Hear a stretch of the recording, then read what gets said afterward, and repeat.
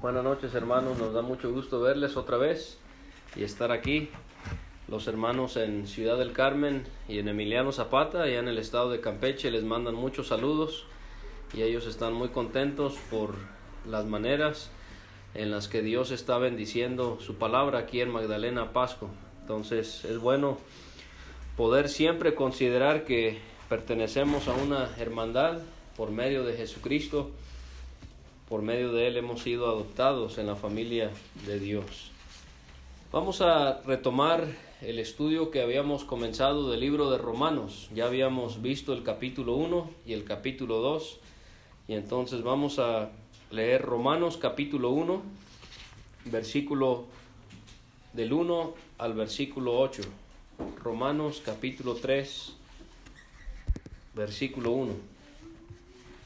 Vamos a dar lectura a los primeros 8 versículos del tercer capítulo de Romanos. Dice: ¿qué ventaja tiene pues el judío?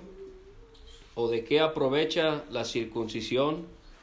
Mucho, en todas maneras. Primero, ciertamente que les ha sido confiada la palabra de Dios. Pues ¿qué? Si algunos de ellos han sido incrédulos, ¿su incredulidad habrá hecho nula la fidelidad de Dios? De ninguna manera, antes bien sea Dios veraz, y todo hombre mentiroso, como está escrito, para que seas justificado en tus palabras, y venzas cuando fueres juzgado. Y si nuestra injusticia hace resaltar la justicia de Dios, ¿qué diremos? ¿Será injusto Dios que da castigo? Hablo como hombre. En ninguna manera. De otro modo, ¿cómo juzgaría Dios al mundo? Pero si por mi mentira la verdad de Dios abundó para su gloria, ¿por qué aún soy juzgado como pecador?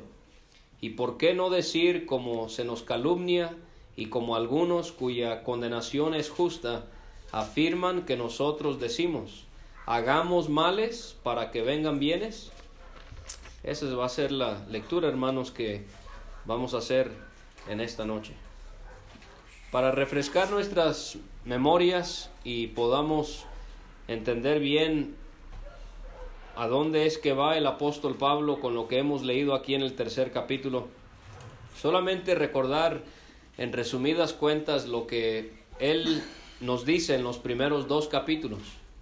En el primer capítulo veíamos que el apóstol Pablo muestra que los gentiles, él muestra cómo es que los gentiles están bajo pecado.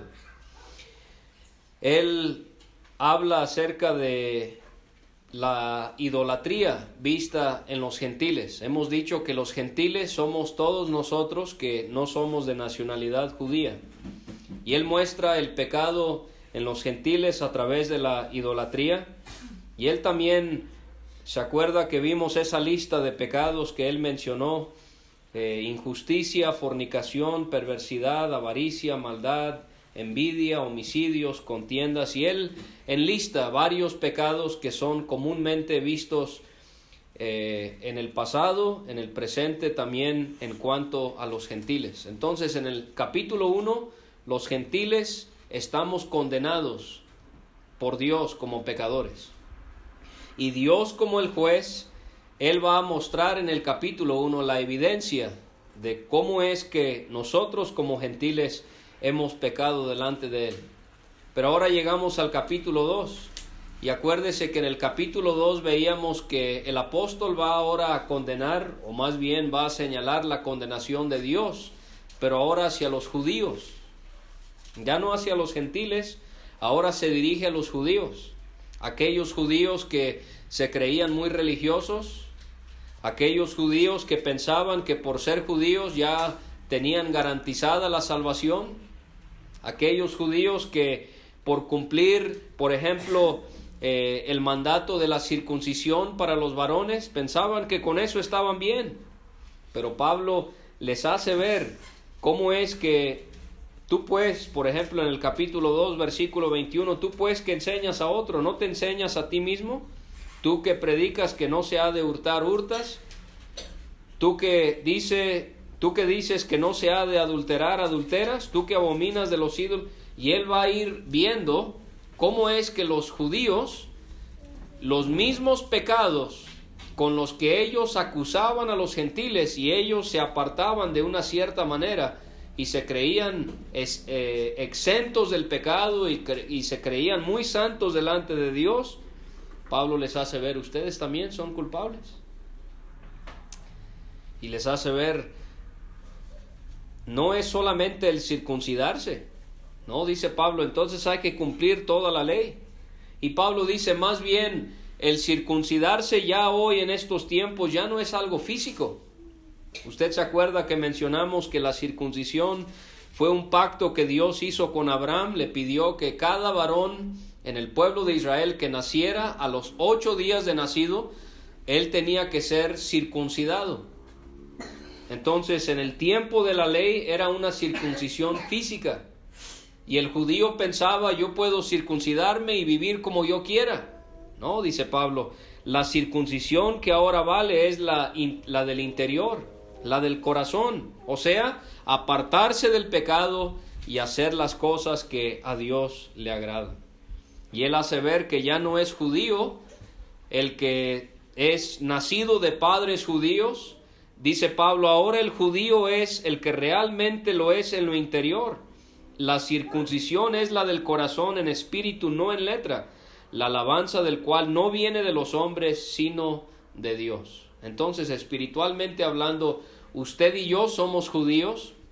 Eso no quiere decir que usted y yo entonces vamos a tratar de vivir bajo la ley y guardar las ordenanzas del Antiguo Testamento. No estamos refiriéndonos a eso cuando decimos que espiritualmente somos judíos.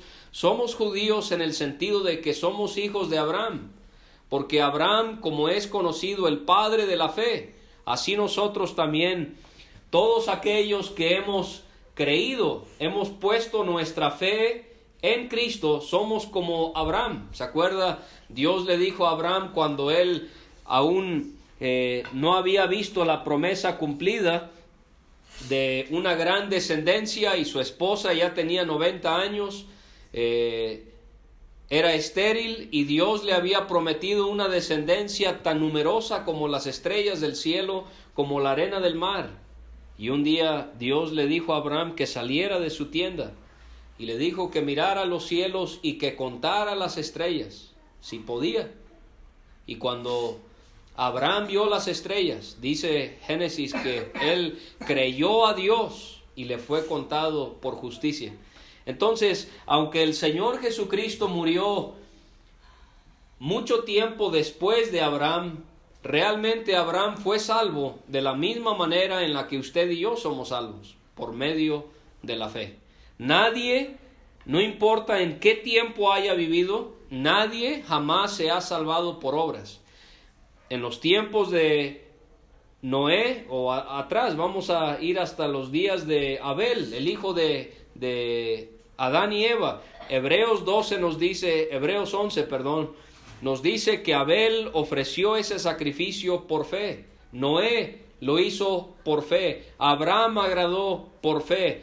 Moisés, y ahí va él recorriendo todo el Antiguo Testamento por fe, por fe.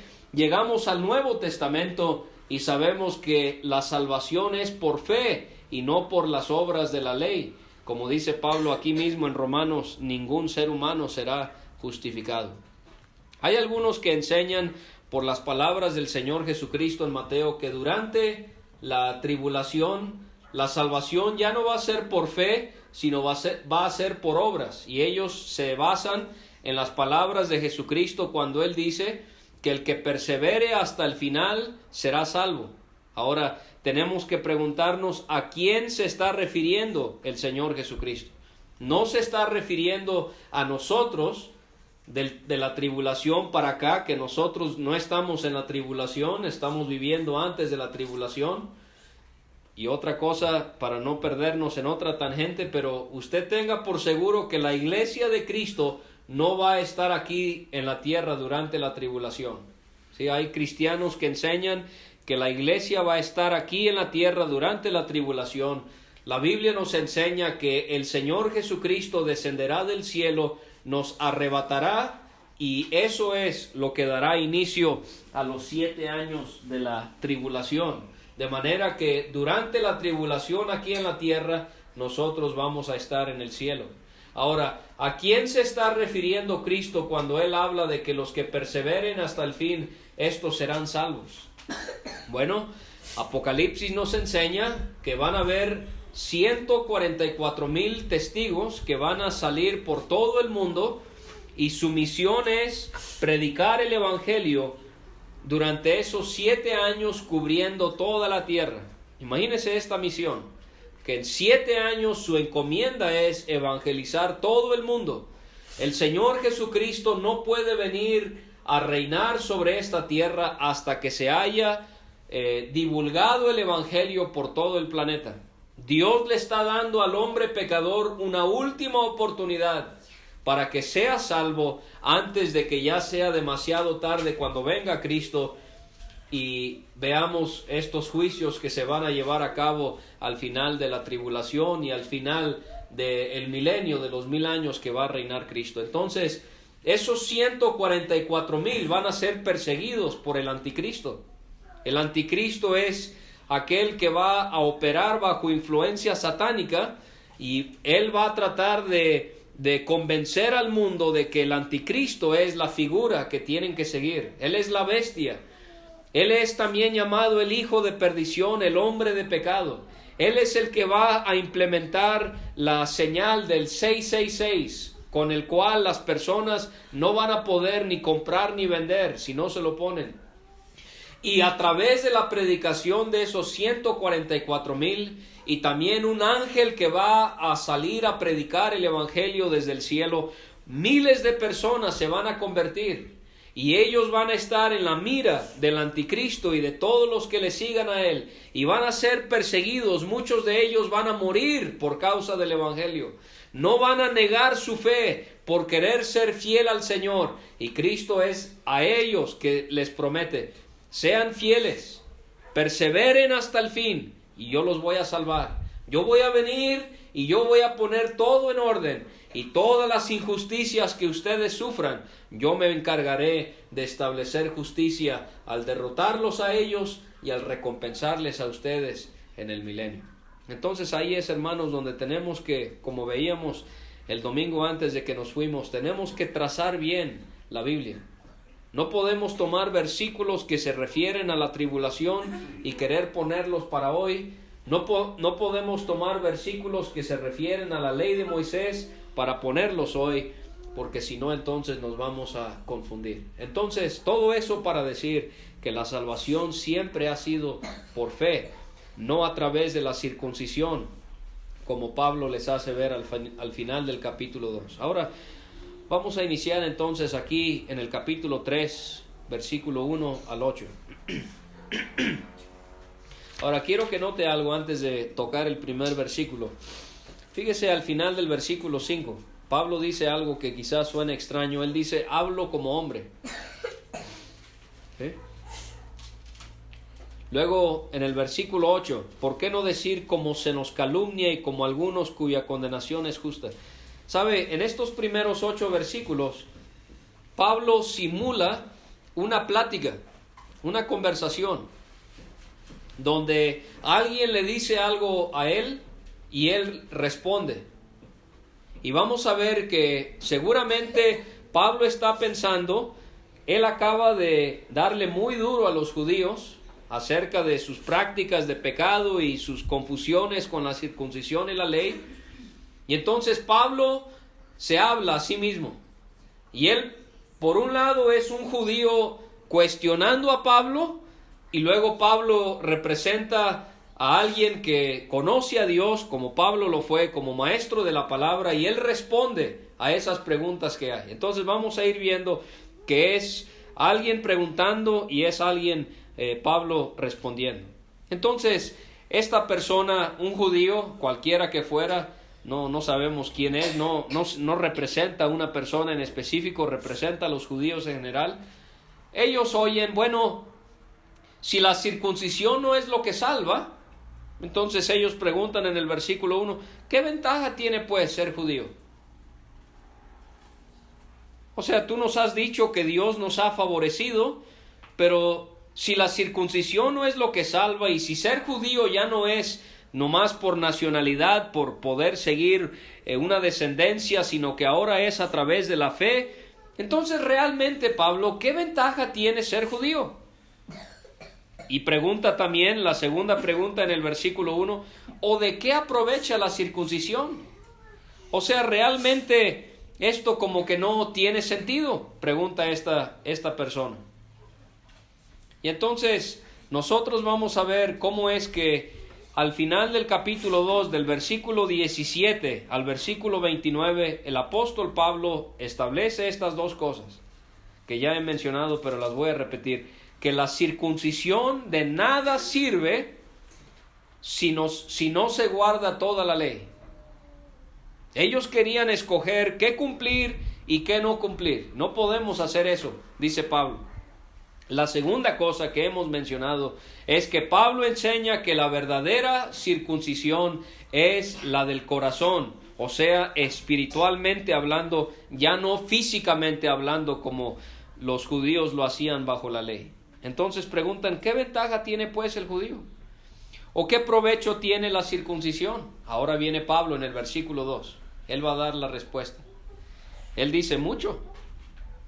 En todas maneras.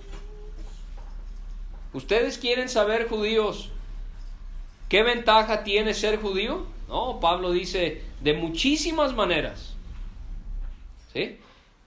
Y él va a dar un ejemplo de eso. Les dice, un ejemplo sería primero, ciertamente, que les ha sido confiada la palabra de Dios. ¿Ustedes quieren saber cómo es que son privilegiados judíos? Bueno, son privilegiados de muchas maneras. Pero una de ellas es que Dios les dio su palabra escrita. Dios no lo hizo con otra nación. De todas las naciones que existieron en ese tiempo, ahí estaban los egipcios. Ellos no recibieron palabra escrita de Dios. Estaban también los babilonios. Estaban también los aztecas, los olmecas, grupos indígenas en Canadá y en Estados Unidos, los incas en Perú. Muchísimas naciones. Y de todas las naciones, dice Pablo, ustedes son los únicos a los que Dios les dio su palabra. Eso es una manera muy clara, dice Pablo en otras palabras, judíos, de que Dios muestra que Él les ha dado ventaja en muchas maneras. Pero es una de muchas. ¿Sí? Otros privilegios que Israel recibió, que no recibió ninguna otra nación. En el capítulo 9 de este mismo libro de Romanos y el versículo 4, Pablo les da una lista más larga de maneras en la que Dios mostró que Israel era una nación privilegiada. Número 1, adopción, dice Pablo. Los adoptó como hijos. Nadie más. Dios no lo hizo con ninguna otra nación. Número 2, la gloria. Ustedes, israelitas, tenían el privilegio que cuando iban viajando en el desierto de Sinaí, de Egipto a Canaán, ustedes contaban con mi gloria. ¿Se acuerda esa nube que se presentaba de día? Esa columna de fuego que se manifestaba de noche. Y la presencia del Señor se detenía en un lugar. Y el pueblo de Israel, al ir viajando, tenían que desarmar el tabernáculo. Era una tienda, una carpa. Ellos lo armaban y la nube de Dios reposaba sobre ese tabernáculo. Una visible señal de la gloria de Dios que estaba con ellos. Esa gloria tan majestuosa de Dios que impedía que el israelita común pudiera entrar al tabernáculo. No, ni se lo imaginaba. Se moría instantáneamente. Los sacerdotes mismos no podían entrar al atrio y podían entrar al lugar santo, pero no podían entrar al lugar santísimo. El sumo sacerdote, dice alguien, ese seguramente entraba cuando quería, ¿no? el jefe de los sacerdotes, él entraba al lugar santísimo sobre el cual estaba la gloria de Dios una sola vez al año.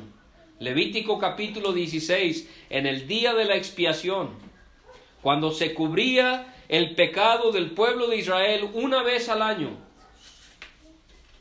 él entraba con un tazón con la sangre de ese macho cabrío que había sido sacrificado. Dejaba el altar de sacrificio, pasaba por la fuente de agua, entraba al lugar santo. Ahí estaba la mesa con los 12 panes.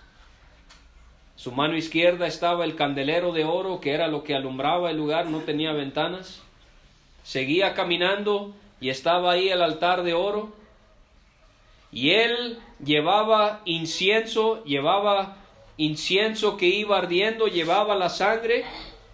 Y ahora va a cruzar el velo que separa el lugar santo del lugar santísimo. Nadie puede entrar ahí sino solamente él, ese día del año. Y él remueve la cortina y él entra y el humo llena el lugar. ¿Por qué? Porque él no puede ver a Dios, si no cae muerto. Y ese cofre de oro, el arca del pacto, con su tapa que era el propiciatorio, era una barra de oro hecha de una sola pieza con querubines que se miraban el uno al otro, y ahí reposaba la presencia del Señor. Y el cuarto, el lugar santísimo, se llenaba de humo para que él no mirara a Dios. Y él ahora toma la sangre y salpica el mueble 7 veces para así poder cubrir el pecado del pueblo. La gloria. Ese fue un privilegio que recibió también Israel. Pablo dice, número 3, otra cosa que recibieron: el pacto, el convenio que Dios hizo con Israel, que no lo hizo con ninguna otra nación. La promulgación de la ley. En ese pacto que Dios hizo con Israel, Dios mandó a Moisés que labrara esas piedras aquí en la tierra de los canteros. Imagínense a Moisés labrando esas piedras que serían esas tablas, y él las lleva al monte Sinaí, y Dios mismo con su dedo escribe los 10 mandamientos. No tendrás dioses ajenos delante de mí, no te harás imagen, no tomarás el nombre de tu Dios en vano, guarda el día de reposo, honra a tu padre y a tu madre. Dice Pablo, ese es otro privilegio que tuvieron, la promulgación de la ley. El culto, o sea, la posibilidad de poder llegar al tabernáculo en los días de los reyes, el templo que edificó Salomón, ese fue un privilegio. Las promesas, todas esas promesas, Israel, que Dios les hizo, cómo es que Él los ayudó, cómo es que Él los guió, cómo es que Él les prometió que la tierra sería suya para siempre, el trono de los reyes sería siempre de la familia de David. No, judíos, no digan que no tienen ventaja, tienen mucho privilegio. Y aquí Pablo les hace ver, el primer privilegio es que se les ha sido confiada la palabra de Dios. Ahora, en nuestros días, la palabra de Dios no es confiada a una sola nación, gracias a Dios. Hay gente que quiere regresar y quiere vivir bajo la ley. No, nosotros la tenemos mucho mejor hoy en día, después de la venida de Cristo. ¿Se imagina que de los 200 países que hay en el planeta Tierra, usted y yo supiéramos que hay un país y ellos son los únicos que tienen la palabra escrita de Dios? Nos daría envidia, ¿verdad? De la buena. Y diríamos, cómo nos gustaría tener ese privilegio. Pero ya no es así. Ahora, gracias a Dios, que Dios ha encomendado su palabra a toda nación, a toda criatura. La palabra de Dios ha sido traducida en miles de idiomas y dialectos. En su casa tengo una Biblia en maya. Tengo una Biblia que un hermano en Ciudad del Carmen, pescador, se encontró en un barco que había naufragado allá en Ciudad del Carmen en ucraniano. Ni lo puedo decir. La Biblia ha llegado a tantos lugares. Pero eso genera una gran responsabilidad.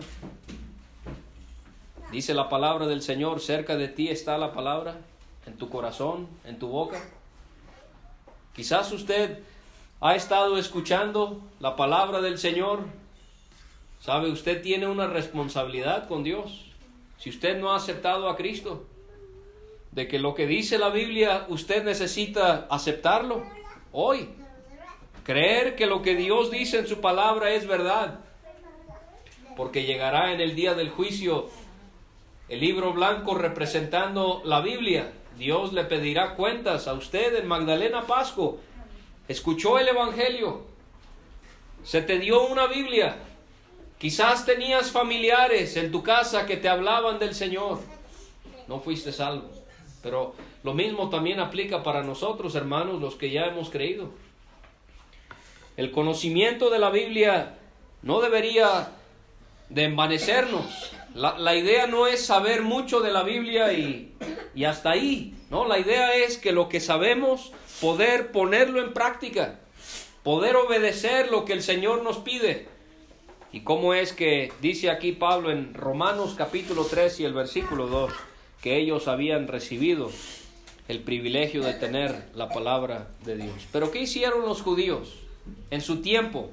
Siendo la única nación que recibió la palabra de Dios, usted pensaría, yo pensaría, no, de seguro la obedecieron a la perfección. De seguro para ellos la palabra de Dios lo era todo. Y sabemos que tristemente no fue así. El pueblo de Israel cayó en una tremenda rebeldía y desobediencia. ¿Sí sabe usted que el pueblo de Israel llegó a imitar a las naciones a su alrededor, de hacer pasar sus hijos por el fuego? Israel llegó al grado al que mataban a sus hijos para sacrificarlos a dioses paganos. Israel, tú recibiste la palabra de Dios. La desaprovecharon, la desobedecieron. Y con el tiempo, ¿sabe qué pasó? Empezaron a escribir libros de tradiciones humanas. El Mishnah y la Torá y todos esos libros que ellos tenían. ¿Y qué llegaron a ponerle más importancia? ¿La palabra de Dios o a sus costumbres? A sus costumbres, a sus tradiciones. La ley, la palabra de los profetas, los salmos, las fueron relegando, los fueron dejando atrás. Y comenzaron a ponerle toda la importancia en la palabra de hombre. Entonces sí fueron privilegiados. Vamos a pasar al versículo 3. Viene otra pregunta del incrédulo, del judío. Pues ¿qué? Si algunos de ellos han sido incrédulos. Dos preguntas otra vez en el mismo versículo. ¿Su incredulidad habrá hecho nula la fidelidad de Dios? ¿Qué estará preguntando? ¿Qué tiene en mente la persona al preguntar eso? Está diciendo, no todos los judíos creyeron. O sea, tú dices que fueron tan privilegiados. Tú dices que somos tan privilegiados, Pablo, porque recibimos la palabra de Dios, pero no todos los judíos creyeron. La segunda pregunta, ¿su incredulidad habrá hecho nula la fidelidad de Dios? O sea, ¿será que el hecho de que no todos los judíos creyeron nulifica el hecho de que Dios nos hizo promesas? Ahora como que la persona ya está poniendo en duda a Dios. Tan privilegiados, nos dio su palabra, pero no todos creímos. ¿Y será que nuestra incredulidad nulifica que Dios es fiel? Ya se está poniendo en duda el carácter de Dios. Esto es grave. Pero esa es la actitud del judaísmo. La incredulidad de Israel no significaba en ningún momento que las promesas hechas por Dios significaban que Dios había trabajado en vano. ¿Sí? Lo voy a decir otra vez. La incredulidad de Israel no significó que las promesas o la fidelidad significa su constancia, que tiene que ver con promesas, no significa que la fidelidad de Dios había sido en vano. O sea, como que el judío está diciendo, pues todo lo que Dios nos dio como que no resultó en nada. Si fíjense en la condición en la que estamos, no todos creímos. ¿Será que la incredulidad nulifica las promesas, la fidelidad de Dios? ¿Sabe? Hay algo que quiero resaltar aquí que nos puede ser de ánimo a usted y a mí. O sea, Dios fue tan fiel con Israel, dio lo mejor que podía a Israel, a su pueblo. ¿Y cómo respondió Israel? Lo abandonó, lo dejó. Y sabe, usted y yo tenemos la responsabilidad de, por ejemplo, a nuestros hijos que están en casa, poder darles una educación en las cosas del Señor, enseñarles valores bíblicos, animarles a que se congreguen, orar por ellos, orar con ellos, leerles la Biblia. Es nuestra responsabilidad educar a nuestros hijos de la mejor manera posible. ¿Sí? Yo le voy a yo no tengo la experiencia de hablarles a ustedes cómo criar hijos por mi edad. Algunos de ustedes pudieran ser mis padres por la edad que nos diferencia, y los considero como mis padres espirituales. Entonces no me atrevería a tratar de decirle a usted algo sobre la crianza de los hijos cuando no hay esa experiencia en mí. Mis hijos todavía son jóvenes, chicos. Pero sabe, en mi caso, a mí nunca se me preguntaba: David, ¿será que quieras ir a la reunión? ¿Vas a ir? ¿Vas a ir hoy, David? A mí me hubiera encantado. Nunca hubiera ido, quizás.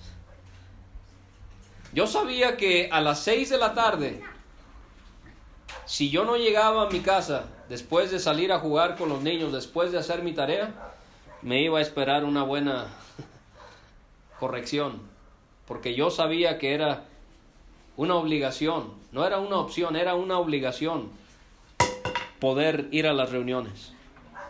Había mucha tarea, sí, siempre había tarea, pero por eso se buscaba el tiempo antes o después de la reunión. Pero yo ahora le agradezco a mis padres que me inculcaron ese compromiso de atender las reuniones, de que se me leía la Biblia en casa, que mis padres oraban conmigo, que me enseñaban, que me corregían. Y sabe, Dios hizo eso con Israel. Y usted y yo podemos hacer eso con nuestros hijos, pero sabe, eso no garantiza que ellos van a servir a Dios, porque cada uno tiene que tomar su propia decisión. ¿Sí? También quiero animarle, quizás usted tiene hijos que ya son grandes, ya salieron de la casa porque se casaron o qué sé yo, y usted les habla de la palabra y usted no ve que hay ese deseo, ese interés. O quizás hay un vecino, un familiar o alguien, qué sé yo, que usted anhela tanto poder verle en las cosas del Señor y las cosas no han resultado como usted quisiera. Solo quiero animarle que Dios hizo todo lo que Él podía con Israel y aún así Israel no respondió positivamente. Entonces usted y yo podemos criar a nuestros hijos, podemos hablarle de la palabra de Dios a nuestros vecinos, podemos guardar un buen testimonio en la calle y en la casa, pero al final de cuentas no queda en nosotros que ellos se conviertan y sirvan a Dios. Esta fue la triste realidad en el pueblo de Israel. Entonces, el judaísmo pregunta en el versículo 3, no todos creímos, Pablo. ¿Será que nuestra incredulidad nulifica la fidelidad de Dios? Y ahora Pablo va a contestar en el versículo 4, de ninguna manera. Y esto es algo que se repite en el libro de Romanos. Siempre es bueno poder buscar frases que se repiten en un libro. Y él repite esta frase, en ninguna manera. Y él va a hablar un poquito fuerte, pero otra vez hay que recordar que el carácter de Dios está en juego aquí. El judaísmo está dudando de Dios, de que si realmente Él fue fiel o no, por la decisión que nosotros los judíos tomamos en seguir o no la palabra. Dice Pablo en el 4, de ninguna manera. Antes bien, sea Dios veraz. ¿Qué significa que sea Dios veraz? Veraz tiene que ver con que la palabra de alguien es verdadera, es honesta, es real, es verdadera. Antes bien sea Dios veraz y todo hombre mentiroso. Eso no se escucha muy suavemente, ¿verdad? Pero Pablo está corrigiendo esta mentalidad en los judíos que duda de la fidelidad de Dios. Dios veraz, todo hombre mentiroso. O sea, Dios es verdadero. 2 veces en el Nuevo Testamento encontramos esa hermosa frase acerca de Dios, que Dios no miente. A veces decimos que Dios puede hacer todas las cosas, pero sabe, hay cosas que Dios no puede hacer. La Biblia enseña, Él no puede jurar por alguien que esté por encima de Él, porque Él es el que está sobre todos. Dios no puede mentir. Tito, Hebreos, Dios no miente. Y eso como creyente nos debe de animar en la vida cristiana, sabiendo que a pesar de las adversidades, necesidades y aflicciones, si Dios me ha prometido algo en su palabra, Él lo va a cumplir, porque Dios no miente. Solo hay que esperar a veces, hay que confiar, hay que tener fe. Pero dice Pablo, no, Dios siempre es veraz. ¿Será que todo hombre pueda ser mentiroso? Pero Dios siempre se mantiene veraz, verdadero en su palabra. Y ahora Pablo va a citar el Antiguo Testamento. Por eso es que él dice ahí en el 4, como está escrito. Entonces, cuando usted lea eso en el Nuevo Testamento, como está escrito, como dice, siempre piense y trate de buscar cuál cita bíblica del Antiguo Testamento se estará citando aquí en la palabra del Señor. Bueno, dice las palabras, para que seas justificado en tus palabras y venzas cuando fueres juzgado. ¿Se acuerda cuando el rey David había cometido pecado de adulterio con Betsabé? Aquella mujer que él vio bañándose mientras él estaba caminando por su palacio. Él debió haberse ido a la guerra, pero no fue a la guerra, se quedó en casa y termina cometiendo pecado. Eso me enseña que mucho tiempo de pereza, de no hacer nada, realmente no nos conviene.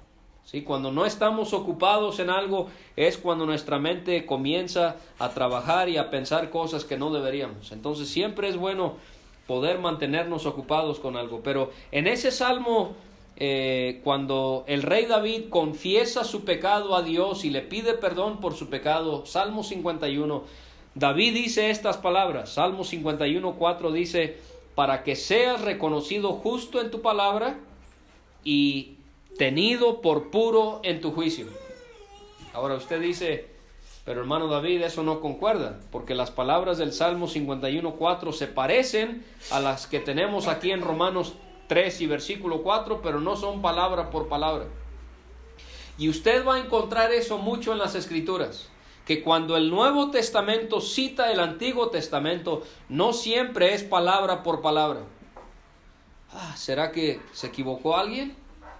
¿Será que eso significa que la Biblia no es la palabra de Dios? No, no lo crea ni por un momento, sino que el mismo Espíritu Santo, quien inspiró la Escritura, tanto en el Antiguo Testamento como en el Nuevo Testamento, inspirar es que el Espíritu Santo influenció a hombres a escribir la palabra de Dios que Él quería puesta sobre escrito. ¿Sí? O sea, esto no fue que a Pablo se le ocurrió escribir, por ejemplo, Romanos 3. No sabemos cuándo exactamente, pero Pablo un día, él fue inspirado a escribir la carta a los romanos por el Espíritu Santo. Y eso nos da confianza en creer la veracidad, la sinceridad de la palabra de Dios. Entonces, el mismo Espíritu Santo que inspiró a escribir el Antiguo Testamento y el Nuevo Testamento es el único que tiene la licencia de poder hacer cambios en la palabra del Señor. Entonces, por eso es que a veces en el Nuevo Testamento encontramos algunas modificaciones, y no es porque es casualidad, ni mucho menos porque se equivocó, porque Él es Dios. El Espíritu Santo es Dios, hermanos, no es ninguna fuerza activa, no es nomás una energía. El Espíritu Santo es Dios, y Él guió a hombres a escribir la palabra que tenemos, y solamente Él tiene la licencia de poder hacer estos cambios que hemos mencionado. Pero el punto es este, que Pablo cita esas palabras del Salmo 51:4 para enseñar acerca de Dios, que Dios se justifica en sus palabras, que Dios se muestra puro en su juicio. ¿Sí? Todo lo que Dios dice siempre justifica que Dios es santo. Todo lo que Dios hace en juicio, dice Pablo a través del rey David, también Dios está mostrando que Él es puro.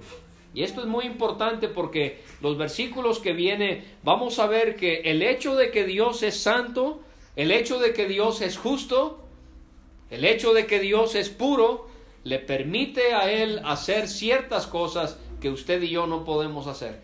Y vamos a ver eso cuando lleguemos. Ahora fíjese lo que dice el judío en el versículo 5. Cómo responde con sus preguntas. Muy preguntón este judío, ¿verdad? Si nuestra injusticia hace resaltar la justicia de Dios, ¿qué diremos? ¿Será injusto Dios que da castigo?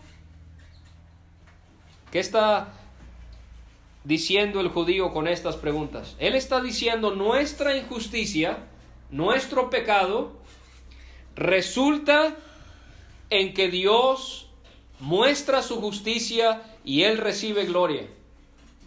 Y usted sabe a dónde va esa persona con esa manera de pensar. Él está pensando, bueno, si nuestras injusticias resaltan la justicia de Dios y Dios recibe gloria, pues vamos a pecar. Vamos a hacer lo que queramos. Porque al final de cuentas, nuestros pecados, nuestras injusticias muestran que Dios es justo y Él así recibe gloria. Y entonces, bajo esa premisa, ese pensamiento, Pablo va a ir hasta el versículo 8.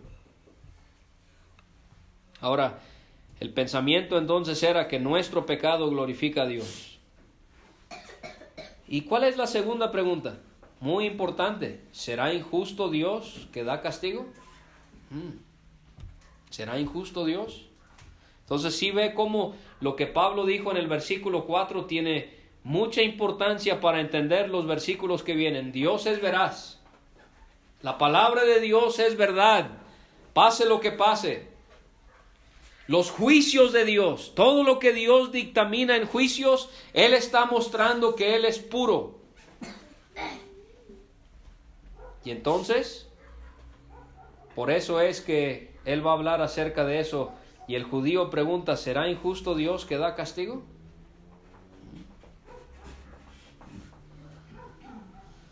Por eso es que aún hoy hay muchas personas que dicen, bueno, si Dios realmente existe, no habrían tantas guerras. Yo sé que quizás alguien se lo ha preguntado a usted. Si Dios es bueno, ¿por qué hay tantos niños que se están muriendo de hambre? Alguien dice, si Dios existe, ¿por qué es que tantas personas tienen que sufrir tantas cosas tan atroces? Y lo que hacemos es culpar a Dios. Dios es el culpable. Dios es el culpable. Bueno, tendremos que regresar a Génesis 3. ¿Fue Dios el que se alejó del hombre? ¿O fue el hombre que se alejó de Dios? Fue el hombre. El hombre decidió, no voy a obedecer lo que Dios dijo. Y ahí es donde empezaron las consecuencias del pecado. Entonces, Dios sí es justo al juzgar al mundo. Porque el mundo, por causa de su pecado, cosecha lo mismo que siembra. Dice la Biblia, Dios no puede ser burlado. Todo lo que el hombre sembrare, eso también segará. Entonces, todo pecado tiene consecuencia. Y como Dios es justo, ese pecado tiene que ser juzgado. ¿No ve? Es como, tomemos el ejemplo de Judas Iscariote. ¿Se acuerda? Él traiciona al Señor Jesucristo, lo vende por 30 monedas de plata, y a través de su traición los soldados llegan y se llevan a Cristo, lo crucifican en la cruz. Judas está tan horrorizado que él va y se compra un terreno y se cuelga de un árbol y se muere. Y alguien dice, su ¿qué palabra estoy buscando? Su destino ya estaba sentenciado. Dios dictaminó que Judas traicionara a Cristo y por lo tanto Judas tuvo el final que tuvo y por lo tanto él va a tener que estar perdido para siempre. ¿Será cierto eso? ¿Será cierto que Dios forzó a Judas a que él traicionara al Señor Jesucristo? La respuesta es no. Claro que no. Si Judas decidió traicionar a Jesucristo fue porque él decidió hacerlo.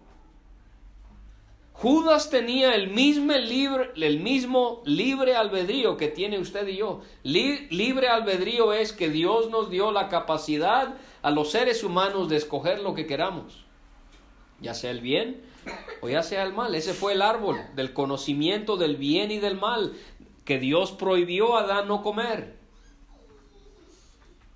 Judas no fue sentenciado su destino. Judas no fue obligado a hacer eso. Él tomó su decisión de traicionar a Cristo y por lo tanto Dios lo juzgará para siempre. Pero no porque Dios lo obligó a hacer lo que hizo. Dios lo va a juzgar porque Judas decidió él mismo cometer ese pecado tan terrible de traicionar al Señor Jesucristo. Entonces, ¿será injusto Dios que da castigo? No, no es injusto. Como Él es puro, recto y santo y justo, Él tiene la autoridad de poder dictaminarnos a nosotros lo que es bueno y lo que es malo. ¿No ve? Pero vivimos en una sociedad donde nada es malo. Vivimos en tiempos donde a mí nadie me va a decir qué es bueno y qué es malo. Yo soy libre. Bueno, la realidad de las cosas es que sí hay un Dios, que su justicia, dice la Biblia, rebasa los altos montes, y que Él tiene la capacidad y la autoridad de poder juzgar a la humanidad por causa de su pecado. Pablo va a decir en el versículo 6, en ninguna manera. No, Dios no es injusto por castigar. De otro modo, ¿cómo juzgaría Dios al mundo? Si Dios fuese injusto, Él no pudiera juzgar al mundo. Su justicia perfecta es lo que le permite poder ser el juez. Y sabe, yo quiero que usted pueda pensar por un momento en el juicio de Dios, la tribulación, la batalla de Armagedón, el Hades, el juicio del gran trono blanco, cómo Dios va a destruir esta tierra para crear un cielo nuevo, una tierra, el lago de fuego. Si usted no ha aceptado a Cristo como su Salvador, ¿está usted preparado para acarrear las consecuencias de su pecado? Jesucristo colgó en el madero. Él llevó todo ese juicio del pecado sobre Él para que usted no tenga que sufrir ese juicio. Pero si usted no acepta esa oferta, Dios no tendrá otra alternativa sino juzgarle. Escuche lo que dijo Pablo en Atenas. Atenas, esa capital de Grecia, donde la gente era tan idólatra, tenían tantos ídolos que tenían hasta un ídolo al Dios no conocido. Por si se nos escapó uno, ahí está el que se nos escapó, el de Pilón, diríamos. Y ellos no creían en la resurrección, ellos no creían que había vida después de la muerte. Mentira, somos como el perro. Muerto el perro, se acabó la rabia.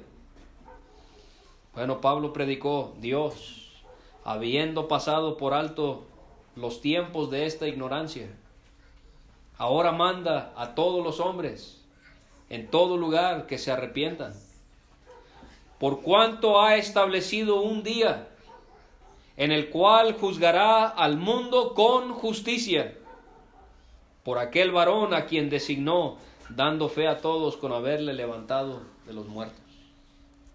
¿Sabe qué dijo el profeta Amós? Prepárate para venir al encuentro de tu Dios.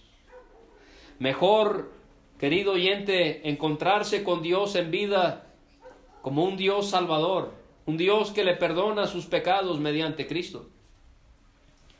Porque enfrentarse a Dios a través de Jesucristo en este juicio será terriblemente lamentable. Ya no habrá salvación. Ya solamente quedará el terrible juicio del lago de fuego, donde morará la persona que no acepta al Señor Jesucristo. Entonces, Pablo va a seguir diciendo aquí, el judío va a decir en el versículo 7, pero si por mi mentira la verdad de Dios abundó para su gloria, ¿por qué aún soy juzgado como pecador? Sí, está todavía pensando en lo que él dijo en el versículo 5, ¿se acuerdan? Si nuestra injusticia hace resaltar la justicia de Dios, ¿qué diremos? Es lo mismo que está diciendo en el versículo 7. Si por mi mentira la verdad de Dios abundó para su gloria, ¿por qué aún soy juzgado como pecador? O sea, realmente si mi pecado le beneficia a Dios, entonces ¿por qué soy juzgado como pecador? Si realmente estoy haciendo algo para engrandecer a Dios. Dice en el versículo 8 también, va a preguntar, ¿y por qué no decir? Como se nos calumnia y como algunos cuya condenación es justa afirman que nosotros decimos hagamos males para que vengan bienes. ¿Qué significa todo eso? Es un versículo un poquito difícil de entender, pero vamos a pensarlo de esta manera. Cuando dice como se nos calumnia, se está refiriendo a Pablo y a los cristianos. Pablo predicaba que la salvación era por fe solamente, sin obras, sin hacer nada, era solamente por fe. La gente decía, Pablo enseña que si uno cree en Cristo, uno puede vivir como quiera entonces, porque ya es salvo, ya es creyente en Cristo, puede ir allá, puede ir acá, puede hacer lo que quiera. Pablo dice que no importa, que ya de todos modos somos salvos. Por eso es que él dice como se nos calumnia. Y cuando dice como algunos cuya condenación es justa, o sea, él está diciendo, si yo realmente predicara eso, entonces lo que ellos están diciendo es verdad. Su condenación es justa. Pero ellos afirman que nosotros decimos, hagamos males para que vengan bienes. Y es toda esta idea, hermanos, que la salvación es por fe, solamente. Pero la Biblia enseña que a través de las obras es que vamos a mostrar nuestra fe. Esa es la enseñanza de Santiago, que la fe sin obras es muerta. Entonces no pueden existir estos dos tipos de personas. Considérenlo conmigo por un momento antes de que terminemos. Número 1, no puede existir una persona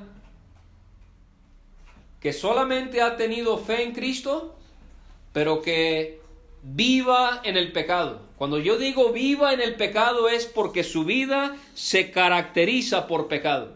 Una cosa es que hemos creído en Cristo y usted y yo tratamos de vivir una vida pura y santa, pero tenemos un pensamiento que no deberíamos. Se lo confesamos al Señor, tratamos de no pensarlo otra vez. Y usted y yo estamos tratando de echarle ganas y hay una situación que nos molesta y nos enojamos. Señor, ayúdame, esto estuvo mal, ayúdame a no enojarme. O hay un momento de tentación, no deberíamos, cometemos pecado. Pero tratamos de poder regresar a poder vivir una vida que agrada al Señor. Esa es una persona verdaderamente salva. Creyó en Cristo y lo muestra a través de sus obras. Entonces, número 1, no existe una persona que pueda decir, yo soy salvo porque he creído en Cristo, pero es una vida que vive desenfrenadamente en el pecado. No se puede. ¿Por qué? Porque el Evangelio produce un tremendo cambio en la vida de la persona. Antes solamente vivíamos bajo la carne, ahora tenemos al Espíritu Santo. El Espíritu Santo se contrista cuando pecamos, nos guía a saber cuando estamos mal, nos guía a hacer lo que está bien. Ahora ya las cosas no son iguales. Cuando pecamos ya nos sentimos mal. Antes no. ¿Se acuerda usted cuando no había aceptado a Cristo? Usted vivía en el pecado y ni lo pensaba 2 veces quizás, pero ahora como creyente no.